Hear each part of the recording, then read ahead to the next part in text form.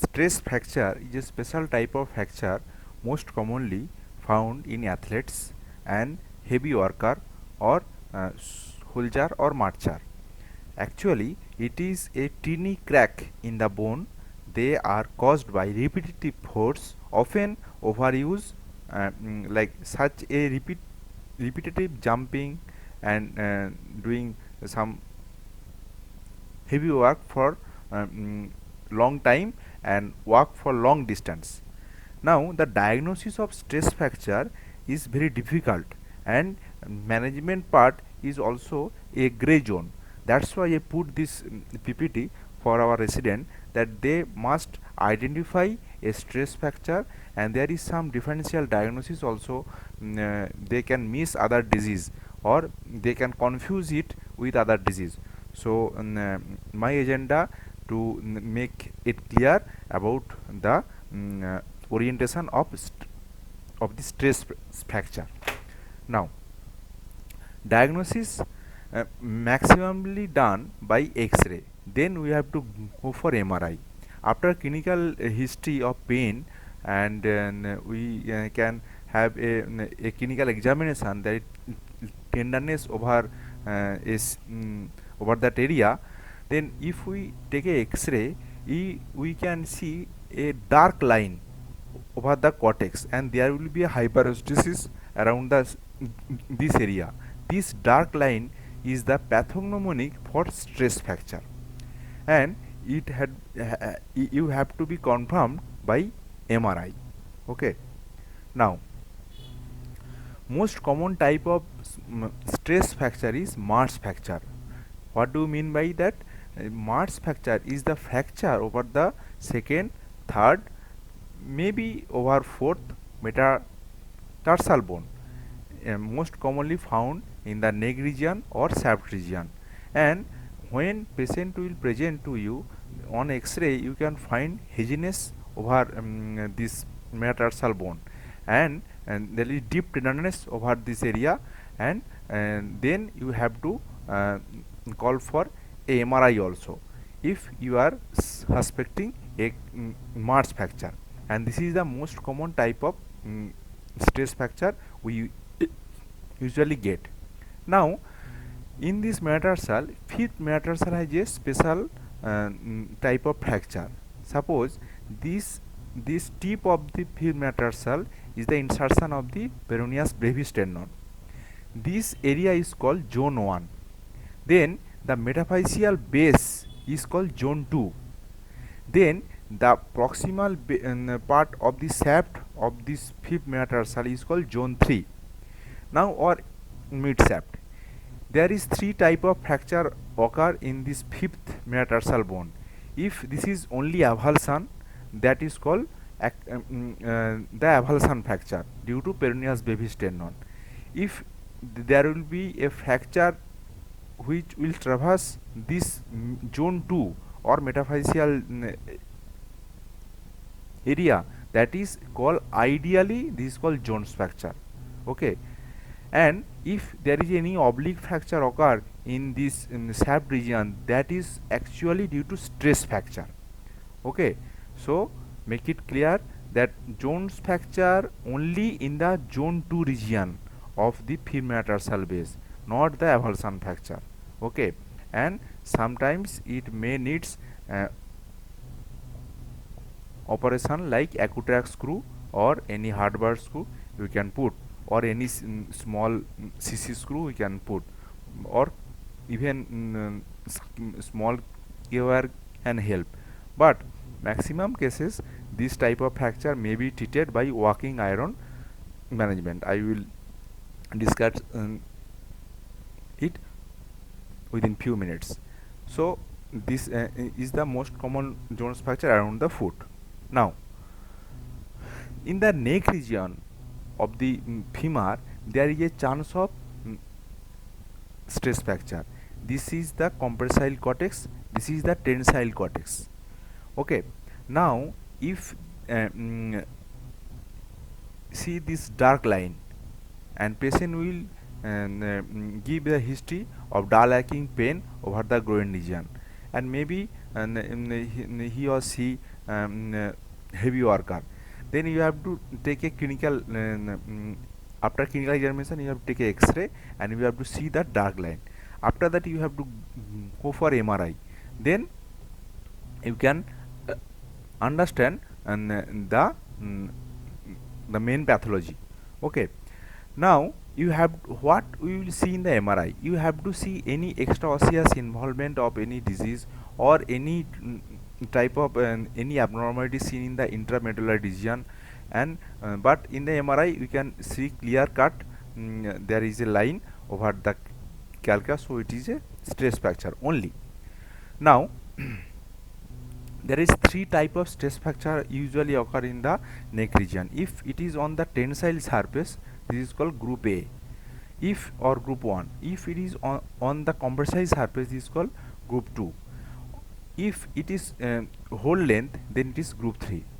Now this is very vulnerable for the progression of this fracture, but this type of fracture may not so much vulnerable for the progression of the fracture, and it is also just a exaggerated part. Now when you are suspecting a case of stress fracture in the neck region, if patient is mechanically high active and highly demanding, then better to go for calculated hip screw fixation. And if you can see this type of fracture, you can put dynamic hip screw.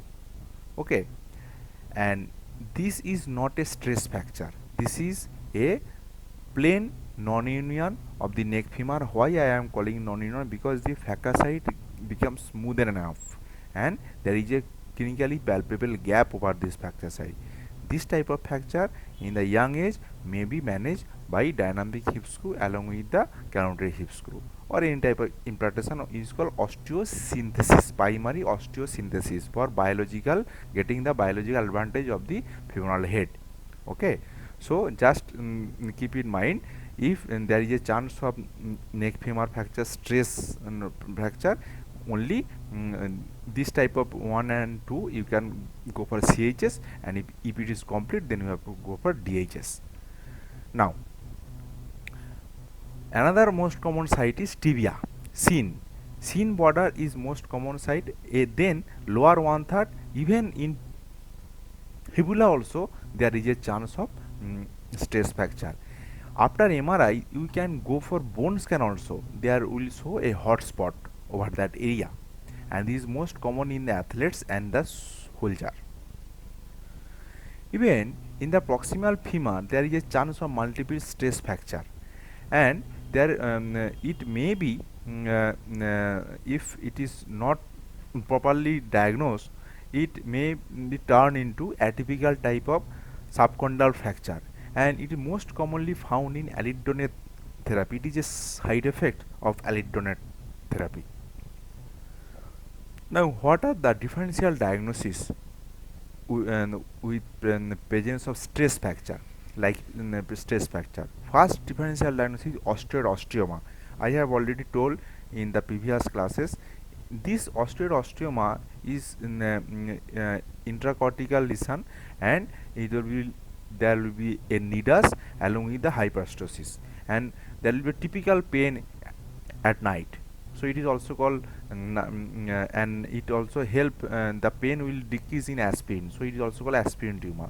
Now this is the most common misleading of the stress fracture is called osteoid osteoma. How you can understand? You can go for CT scan. If you can find nidus and hyperostosis and there will be typical night pain, then we will suggest that no, it is not a stress fracture, it is a osteoid osteoma. In stress fracture there will be a typical dark line. Here is not a dark line, there is a nidus. Okay, and is best seen in the CT scan. X-ray may be seen, but CT scan is the diagnostic investigation for osteoid osteoma. Now maybe a osteomyelitis. Okay, in case of fibular osteomyelitis may be present like a stress fracture, but you have to do the X-ray, you have to see the huge periostral reaction with corticomedullary differentiation loss. Along with, you have to see the MRI for extramedullary or intermedullary extension. Then we can go for biopsy over that. So don't confuse it with a stress fracture. Now another thing is called sclerosing osteomyelitis of Gares. I already discussed it in my osteomyelitis class. Again, there is a differentiating point with this stress fracture. There will be hedginess in the cortical region, and there may be hyperostosis, but this loss of normal corticomedullary differentiation and hedginess over the intermedullary region and along with the typical pain is the diagnostic feature for sclerosing osteomyelitis of Gare. And the treatment is after confirmation clinico-radiologically, we can go for multiple drilling that will help to deteriorate the pain. Okay, oh sorry, to decrease the pain.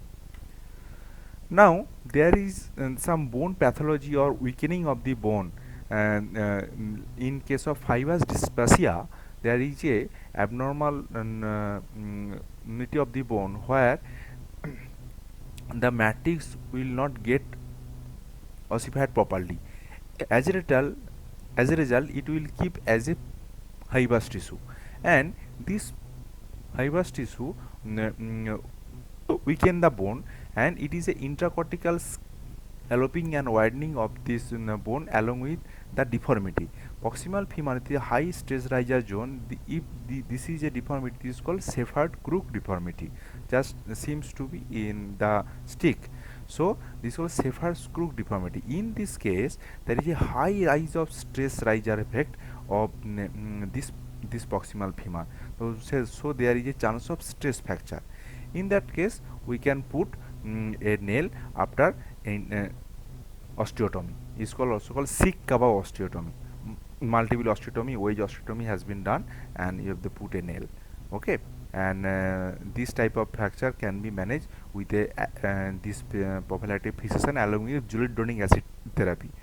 In our medical college in Kolkata, I am organizing a study over this.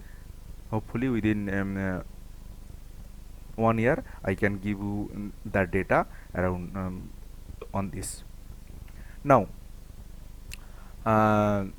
implant related stress riser. Suppose if you have put a plate over a nail, sorry, over a bone, then at the end of that implant there is a huge stress riser effect, so there is a chance of fracture.